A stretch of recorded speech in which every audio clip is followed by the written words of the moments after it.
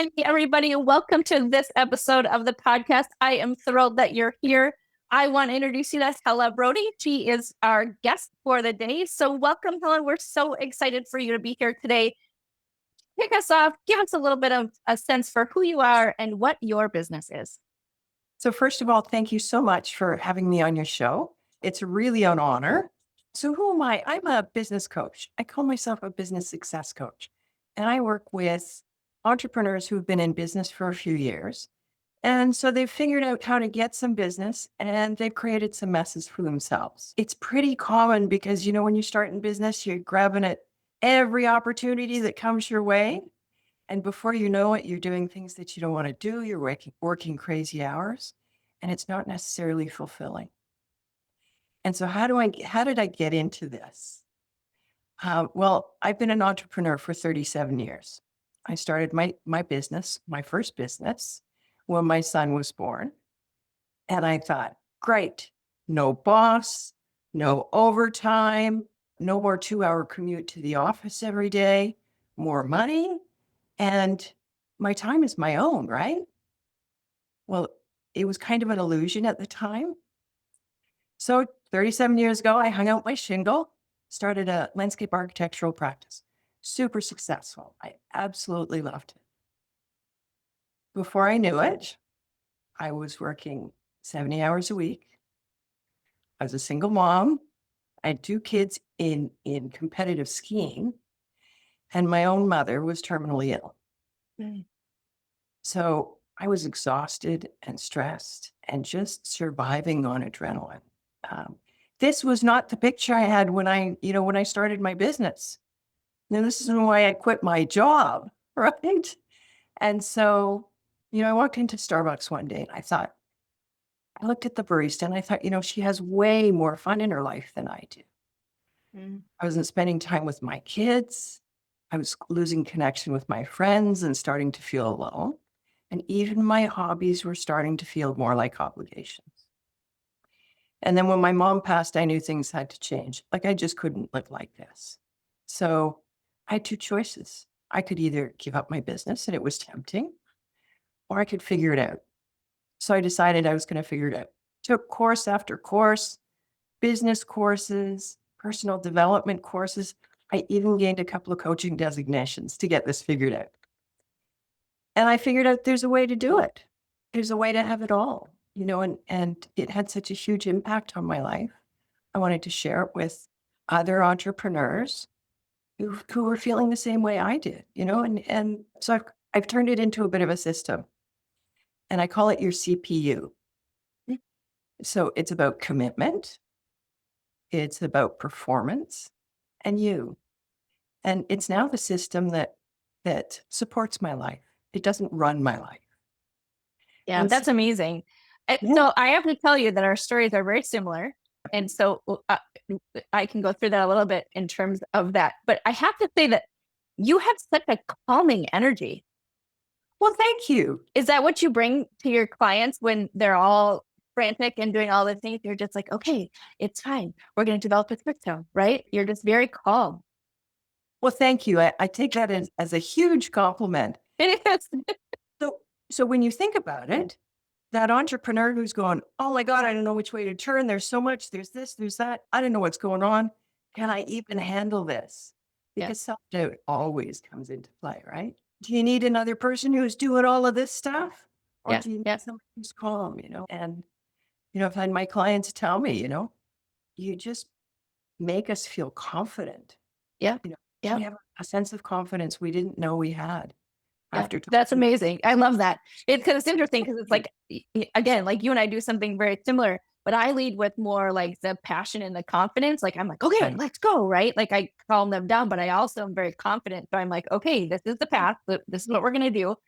And so you do the same thing. You just work with more calm than I do. So I love that because it's a nice parallel in terms of if you're listening, listen to the differences because I think that this is a total sidebar, but it is interesting like that we do similar things. I'll share my story with you in a second, but we do similar things, but we would attract 2 very different people. Absolutely. And that's an amazing actual kind of nugget for those of you who are listening. is that you can do something really similar to somebody else, but attract different people. And that's amazing. And that's awesome, right? Like somebody who would be attracted to a very calm style wouldn't be attracted necessarily to my style because mine is a little bit more, like passionate, right? And then vice versa. And so that's a total sidebar, but something that's really important, if you are listening to this and you're like, oh, I just am struggling with why somebody would hire me over somebody else and da da da, this is a really great example of that.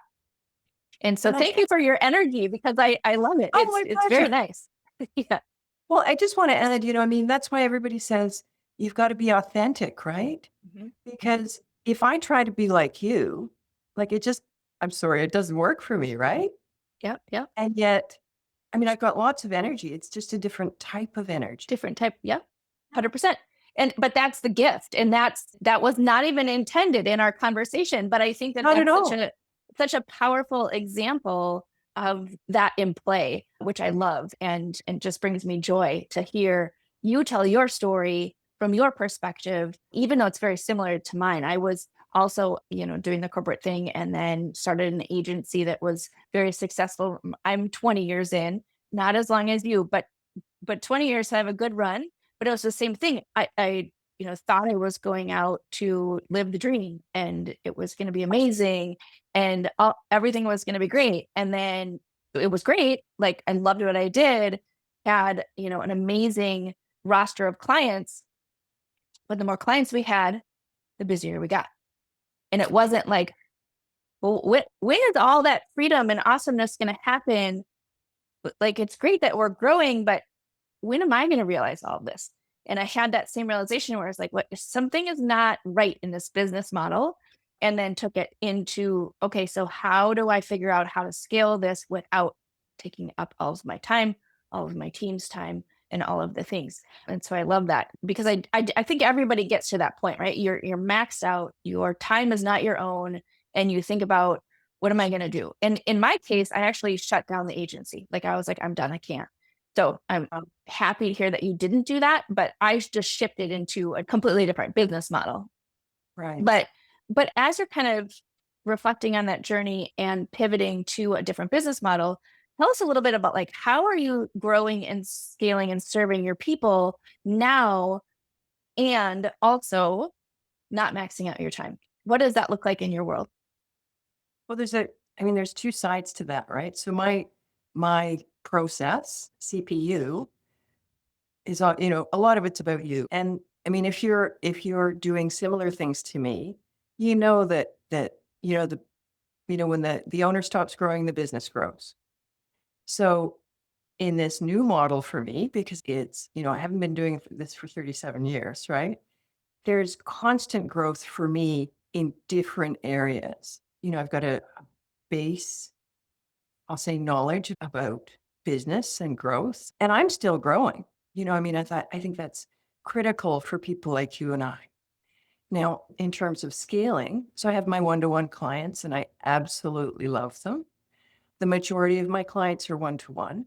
And I also run a mastermind for women in business. It's called Thrive Business Circle. Now, at the moment, I'm just doing an in-person mastermind because a lot of people are getting tired of looking at screens. And so that's growing. And I'm getting ready actually to open up a second one because I'm just finding that there's really a lot of demand for that. So that's one way that I'm scaling. Eventually, I'll probably turn some of my coaching into group coaching. But at the moment, I'm really, really enjoying just working one-on-one with people Mhm. and just helping them with their specific problems. Because as you know, we don't live in a silo. It's not just business and personal life. They kind of get mixed together. So what's happening in your personal life happens in your business. And so it's very easy to help somebody with the whole picture. And I really enjoy that. So eventually I'll, head more into group coaching. For now, I've got my one-on-one clients and I've got my mastermind clients. Mhm. And it's great. I'm loving it. I'm just Yeah, loving it. that's amazing. And so it's great that you did the one-on-one model. You figured out like, okay, I'm going to shift. I'm going to help really solve some problems for my one-on-one clients, and then shift a little bit into group, even if it's not like shifting your one-on-one into a group model. It's starting with a different group model, which is great. And then as that starts to grow, then you're going to go, oh, wait, now I can't handle any more one-on-one clients. Right. I can't handle any more of these masterminds because your time is maxed out. And Right. so that's when then it makes sense to start looking at some scalable offers, package this gift that you have for helping your one-on-one clients so you can get out to help more people in the world without kind of Yeah. that one-on-one piece. I don't think I'm ever going to give up 100% of my one-on-one clients just because Mhm. like I just enjoy it so much. Mhm. And that's what I like about the masterminds is people bring their issues to the table, and as a group, we can help them solve their problems and support them in achieving their goals, right? It's the closest I could get to one-on-one coaching is Yep. doing a mastermind because it really addresses individual concerns. It's not yes, there are all the standard things that we need to learn in business that can easily be translated to a group coaching model. Mhm. And I'm just having a whole lot of fun right now. Yep. Yep. That's amazing. Well, and that's what such the gift around it, right? Is that you can make it whatever you want. You can Oh, make it absolutely. where you're helping other people, and your one-on-one is still probably going to be your highest level of service that you provide for someone, and then you sort of fill out the rest of it as you build out the rest of your Right. business to put it together. Awesome. So tell us a little bit about for my audience, tell them a little bit about like what would be a tip or trick or something that has helped you not only in the business you have right now, but make that transition from kind of just knowing that you just did not have the capacity to keep working 70 hours a week and you needed to make a shift. Like, what would be your advice for someone who's in that position? So if I look at my previous business, there were a couple of sort of critical things. I mean, I had to really learn to trust other people and give away or give them autonomy to really do things the way, I mean, everybody does things a little bit differently.